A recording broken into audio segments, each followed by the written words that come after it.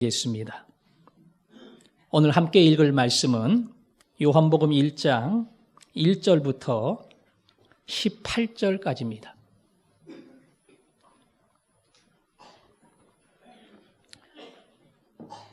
요한복음 1장 1절부터 18절, 조금 긴데 한 절씩 교독하겠습니다. 말씀의 뜻이 무엇인가 생각하면서 한 절씩 저와 교독을 하겠습니다. 태초에 말씀이 계시니라.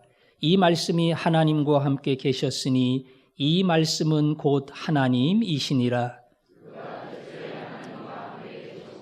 만물이 그로 말미암아 지은 바 되었으니 지은 것이 하나도 그가 없이는 된 것이 없느니라. 빛이 어둠에 비추되 어둠이 깨닫지 못하더라.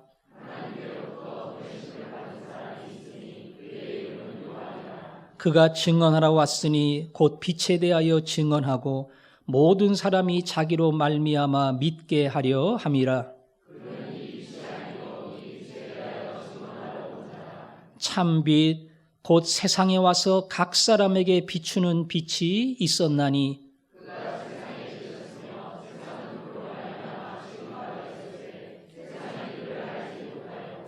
자기 땅에 오매 자기 백성이 영접하지 아니하였으나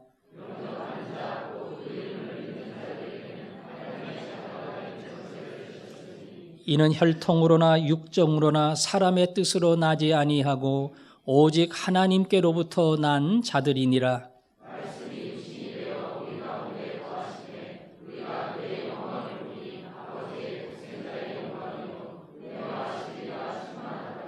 요한이 그에 대하여 증언하여 외쳐 이르되 내가 전에 말하기를 내 뒤에 오시는 이가 나보다 앞선 것은 나보다 먼저 계심이라 한 것이 이 사람을 가르킴이라 하니라.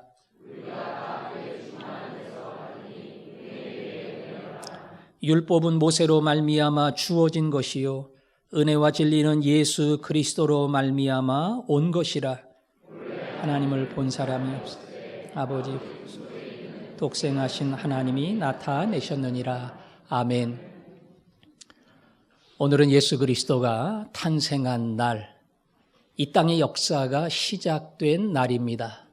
하지만 내일은 기초 제자반이 끝나서 예수에 대한 말씀의 교육을 마무리하는 날이에요.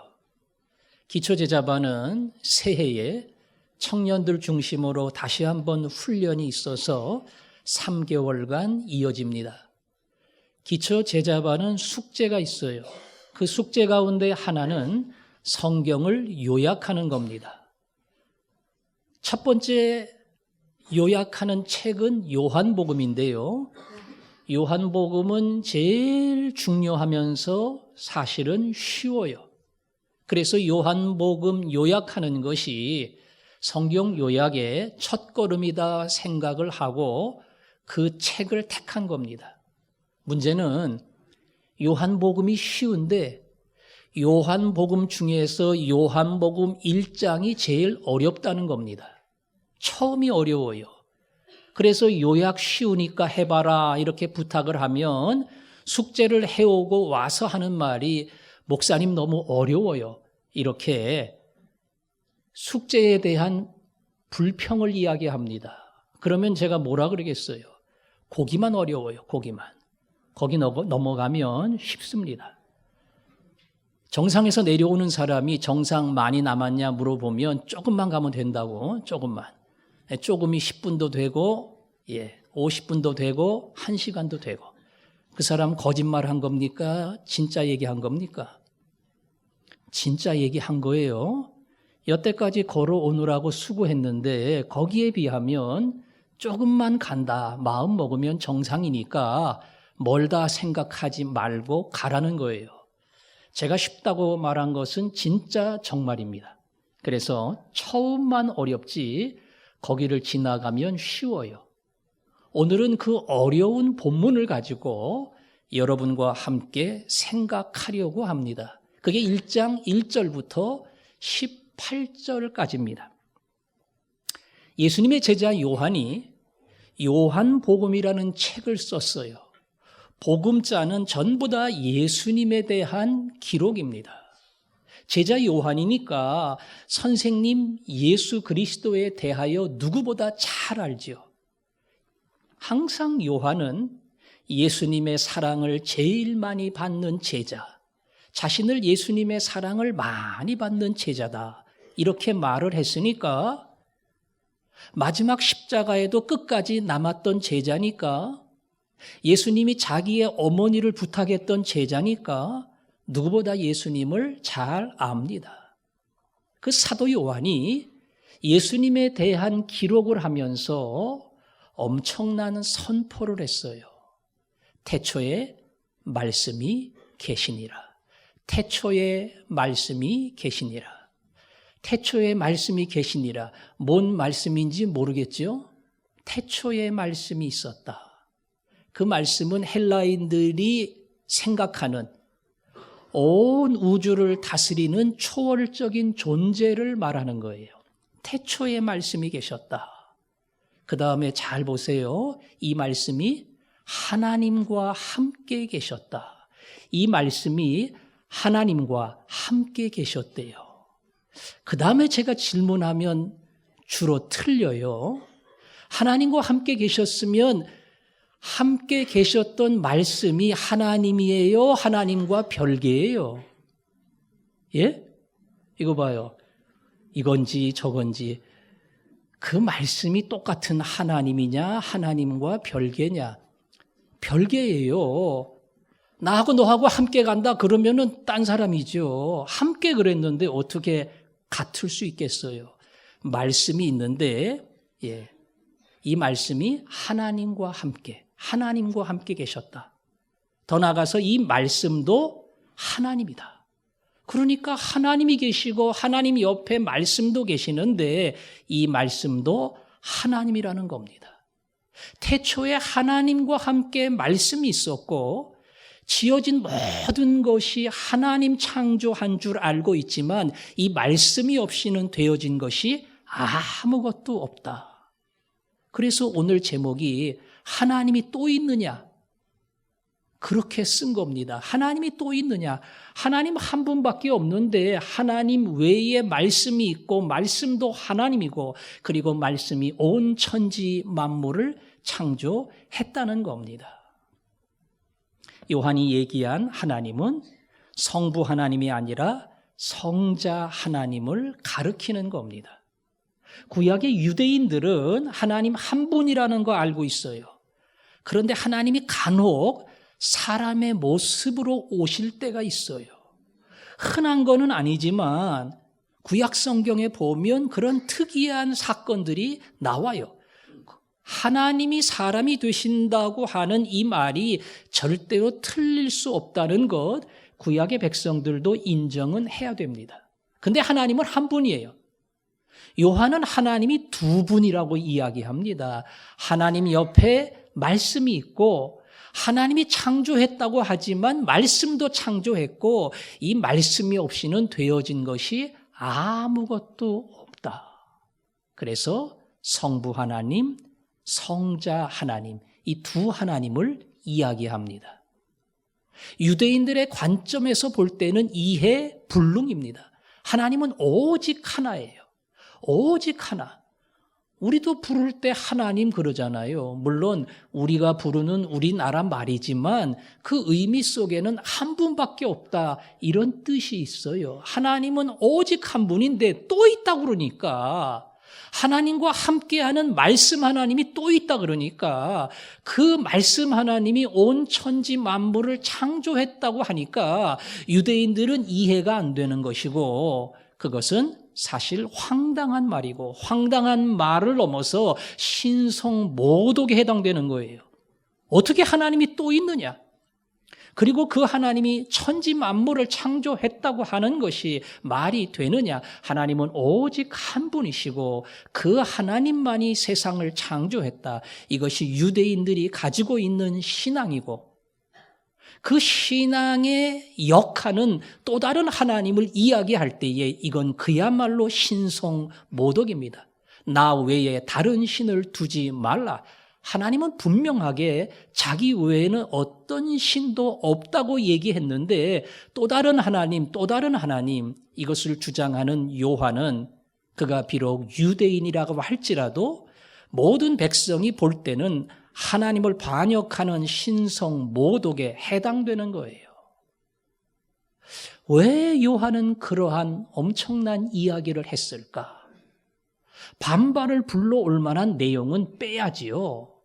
넣더라도 은근슬쩍 넣든가 뒤에 가서 대충 마무리하든가 이래야 되는데 아주 초판부터 하나님 옆에 하나님이 계셨다. 이 엄청난 이 얘기를 한 겁니다.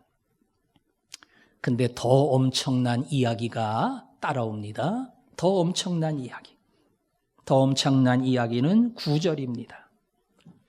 참 빛, 곧 세상에 와서 각 사람에게 비추는 빛이 있었나니 세상에 왔다는 거예요.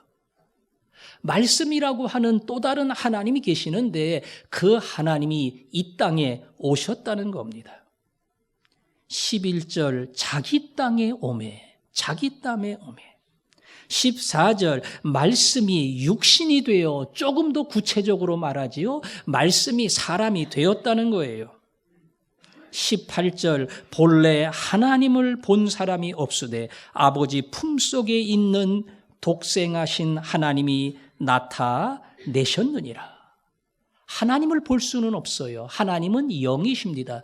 그런데 하나님 안에 하나님과 함께 계시는 또 다른 하나님, 성자 하나님이 우리 가운데 나타나셨다는 겁니다.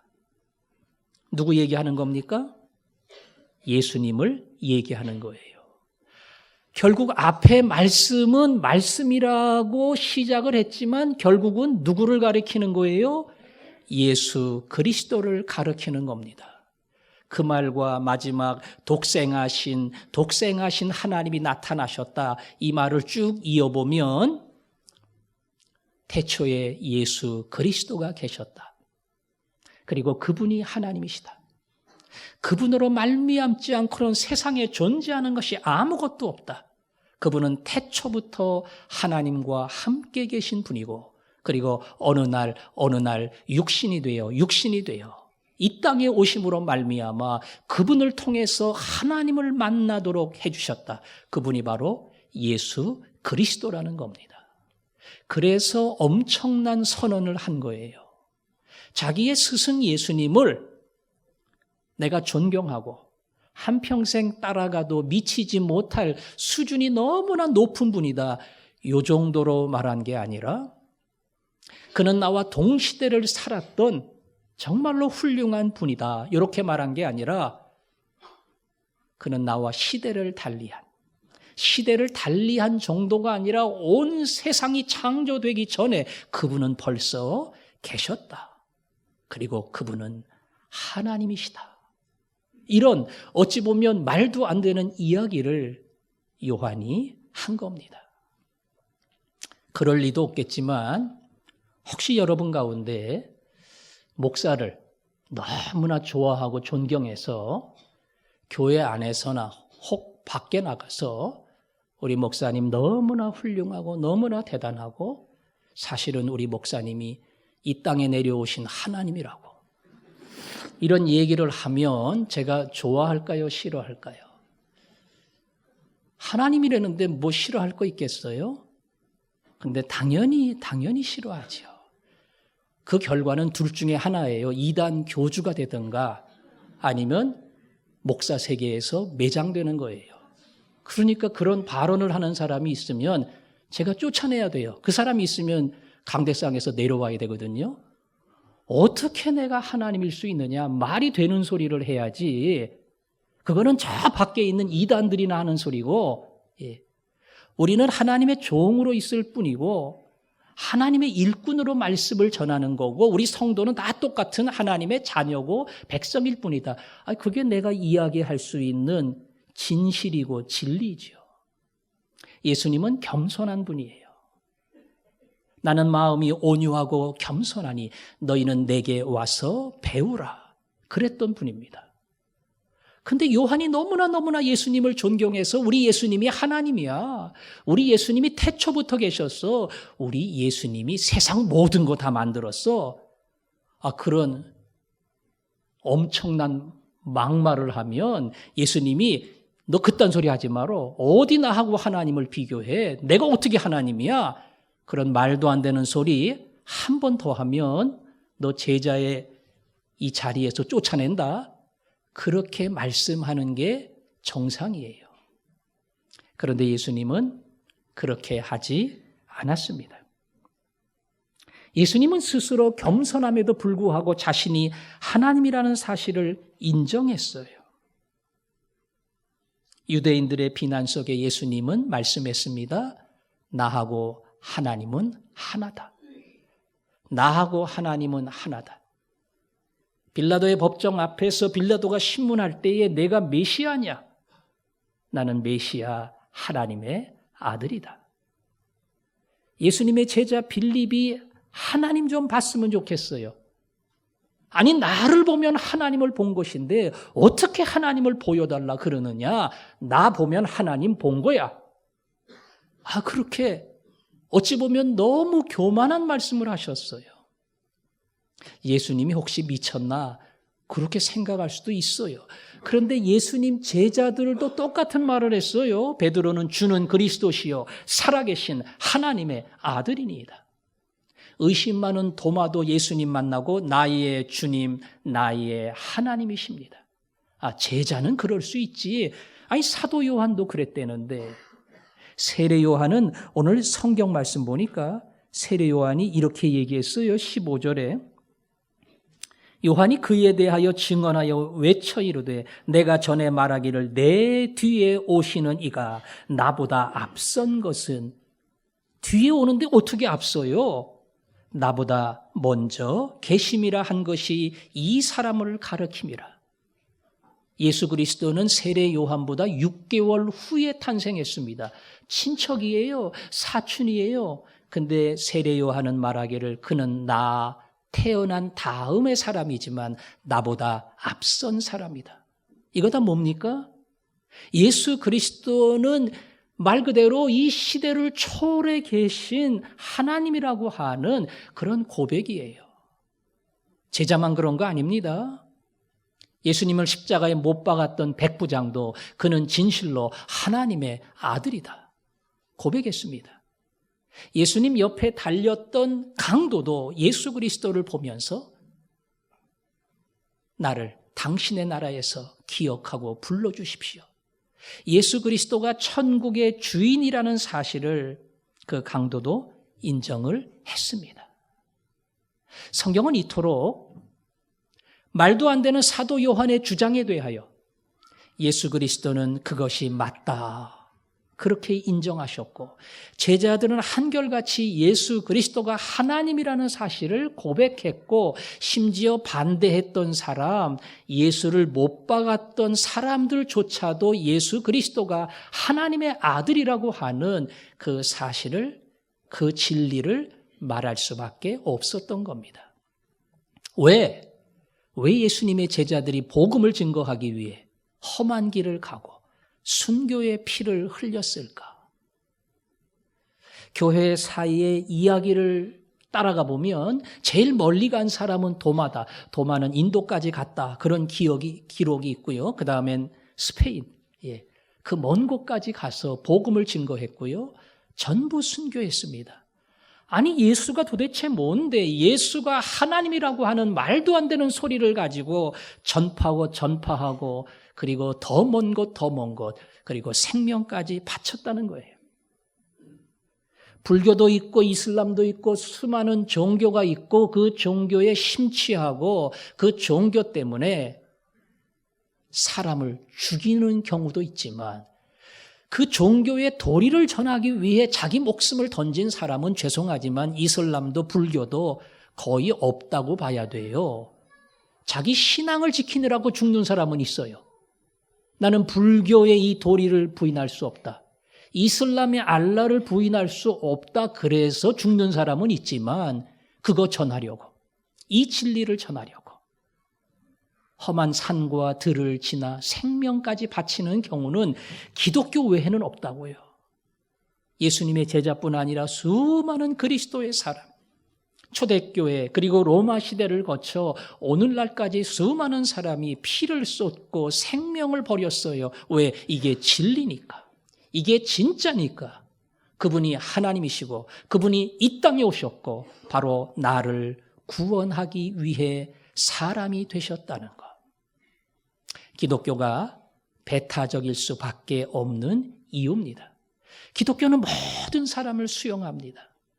기독교는 모든 사람을 품습니다. 그러나 이것도 좋고 저것도 좋고 이것도 맞고 저것도 맞고가 아니고요. 우리를 구원하기 위해 오신 하나님은 오직 한 분, 예수 그리스도다. 그분 외에는 구원의 길이 없다고 하는 이 진리를 외칠 수밖에 없기 때문에 기독교는 종종 배타적인 종교로 비춰집니다. 오늘 그것이 사도 요한이 1장에서 소개한 상식을 뛰어넘는 우리의 기본적인 이성을 뛰어넘는 놀라운 선언이에요. 그분은 하나님이셨고 영원 전부터 계셨고 세상을 창조했고 어느 날 사람이 되어 이 땅에 오셨다. 그리고는 그분이 왜 이 땅에 오셨는가? 그 이야기를 이렇게 설명합니다. 4절에 그 안에 생명이 있었으니 뭔 말인지 모르겠죠? 예수님 죽지 않고 살아있으니까 생명이 있겠지. 그 생명 아니에요. 예수 그리스도는 놀라운 생명을 품고 있어요. 어떤 생명이냐? 이 생명은 사람들의 빛이라. 사람들에게 비추는 생명을 가지고 있어요. 다시 말하면 사람들에게 생명을 나누어 주는 능력이 예수 그리스도 안에 있다는 겁니다. 예수 그리스도는 그 생명의 빛을 비췄습니다. 5절에 빛이 어두움에 비쳤다. 빛이 어두움에 비쳤다. 생명의 빛은 어두움을 비추었습니다. 다시 말하면 그 생명을 나누어 주기 위하여 죄와 어둠 속에 살아있는 모든 사람들에게 비추었다는 거예요. 그러나 문제가 있습니다. 오늘 11절에 보면 자기 땅에 오매 자기 백성이 영접지 아니했다. 예수님은 생명 나누어 주려고 빛으로 오셔서 우리의 어두운 인생, 죄의 인생을 비추시고 하나님의 생명을 나누어 주려고 하지만 사람들은 그 예수를 영접하지 아니했다. 성경은 말하기를 너희들 다 예수님이 만들었어. 이 땅이 너희 땅이 아니라 예수님 땅이야. 우주 만물과 지구를 예수님이 만드셨고 거기에 예수의 형상을 따른 위대한 존재로 너희들을 만들었어. 너희는 다 그의 피조물이야. 근데 자기 땅에 오고 자기 백성 만나겠다고 하는데 백성들은 예수 그리스도를 거부하고 영접하지 않았다는 겁니다. 이제 우리가 한 절을 주목해서 봐야 합니다. 그것은 9절입니다. 9절 같이 읽겠습니다. 시작. 참빛 곧 세상에 와서 각 사람에게 비추는 빛이 있었나니. 빛이 있었다 그랬죠? 누구에게 비춰요? 각 사람에게. 각 사람에게. 한 명 한 명에게. 그 뜻이에요. 예수 그리스도가 유대 나라에 오셨지만 유대 백성을 위하여 이렇게 표현하지 않고 각 사람 한 명 한 명을 비추셨다. 화전중앙교회에 오셨지만 예수 그리스도가 화전중앙교회 모든 백성들에게 이야기하지 아니하고 여러분 한 명 한 명 한 명에게 예수 그리스도는 찾아오셨다고 말합니다. 성탄절의 예수 그리스도는 유대 땅 베들레헴에 오셨고 오늘 예수 그리스도를 맞이하는 우리 모두를 찾아오셨습니다. 더 정확하게 얘기하면 예수 그리스도는 여러분의 집에 가려고 오신 거예요. 여러분의 방에 들어가려고 오신 거예요. 그리고 여러분을 개인적으로 만나기 위해 이 땅에 오신 겁니다. 여러분 1장 1절부터 쭉 내려오다 보면 예수 그리스도가 나 때문에 이 땅에 오셨다는 것, 이게 사실은 감동으로 와야 돼요. 태초에 계셨던 하나님, 세상 만물을 창조하신 하나님, 그리고 어떻게 그 하나님이 사람이 되셨을까? 그것도 이해불능이에요. 여러분, 제가 동물이 될 수 있어요? 될 수 없죠. 만에 하나 동물이 되면 뭐 동물도 움직이고 동물도 먹고 활동을 하니까 비슷하죠. 하지만 제가 식물은 안 되겠죠. 뭐 어떻게 이런 게 되겠어요. 이건 불가능하지만 그래도 자라고 성장하는 것은 비슷해요. 제일 불가능한 거는 제가 만든 인형은 될 수 없다는 거예요. 인형은 내가 만들었는데 어떻게 내가 인형이 되겠어요? 전능하신 하나님이 자기가 창조한 사람의 모습으로, 연약한 인간의 모습으로 바로 누구 때문에? 나를 위하여 이 땅에 오셨다는 겁니다. 이게 감동이 돼야 돼요. 아니, 어떻게 하나님이 내 집에 오시려고, 나 만나려고 하늘의 모든 영광을 포기하셨을까? 그 모든 것을 비우셨을까? 사람으로, 가난한 몫으로, 그리고 십자가의 죽음의 길을 가기까지 끝내 나를 찾아오신 성자 하나님 예수님, 그게 내 마음속에 감동으로 찾아와야 됩니다. 그 은혜가, 그분의 그 놀라운 포기와 그리고 나를 찾으려고 하는 그분의 쉬지 않는 열심이 우리의 마음속에 와 닿아야 된다는 겁니다. 제가 예전에 그런 말씀도 드렸지요. 제 이름은 김부일이에요. 한자를 안 붙였으니까 무슨 부인지 무슨 일인지 모르지요. 가끔 똑똑한 권사님이 한문으로 제 이름을 써서 뭘 보낼 때가 있어요. 무슨 한문을 쓰게요? 부할 부자, 그 다음에 한일자, 부하고 그리고 한 길을 가는. 근데 전혀 제 이름이 아니에요. 제 이름의 부자는 지아비 부자, 남편 부자예요. 그리고 일자는 날 일자입니다. 남편 부자, 날 일자. 저는 제 이름에 대한 자부심이 없었어요. 이게 도대체 무슨 뜻인가? 요즘 이름 짓는 사람들은 뜻은 괜찮아요. 그냥 듣기 좋게, 뭔가 어감 있게 다 이렇게 져요. 옛날은 나름대로 뜻을 가지고 졌어요. 아무리 한국식이라도 말순이 그러면은 이거로 딸은 끝내라. 뭐 그런 의미로 졌어요. 근데 제 이름은 아무리 생각해도 뜻을 찾기가 힘들어요. 고등학교 때 한문으로 여기다가 명찰을 달았거든요.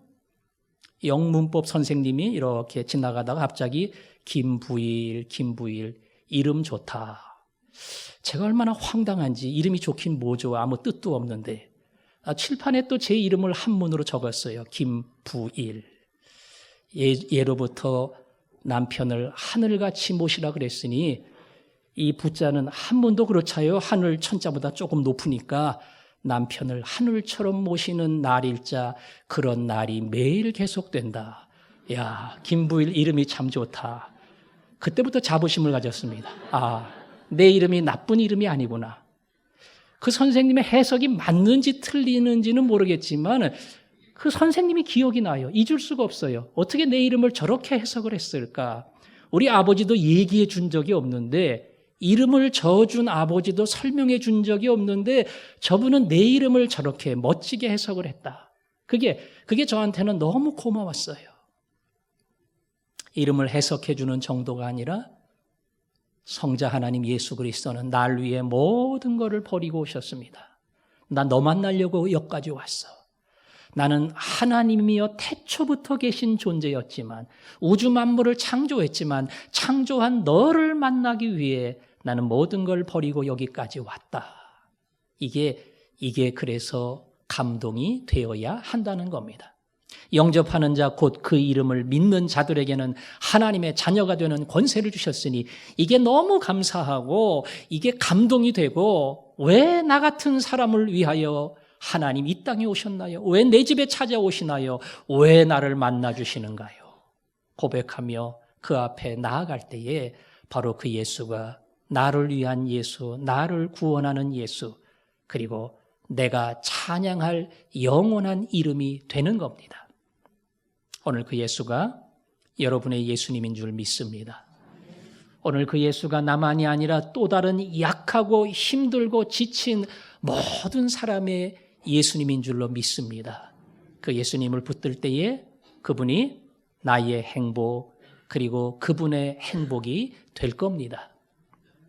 오늘은 말씀을 맞추기 전에 한 가지 같이 기도했으면 좋겠는데, 어저께 광고한 것처럼 그 정윤학 형제 중환자실에 계속 누워 있는데 눈을 그냥 뜨듯 말듯 하는데 의식은 없어요. 그리고 눈도 정상적으로 뜨지는 못하는 것 같아요.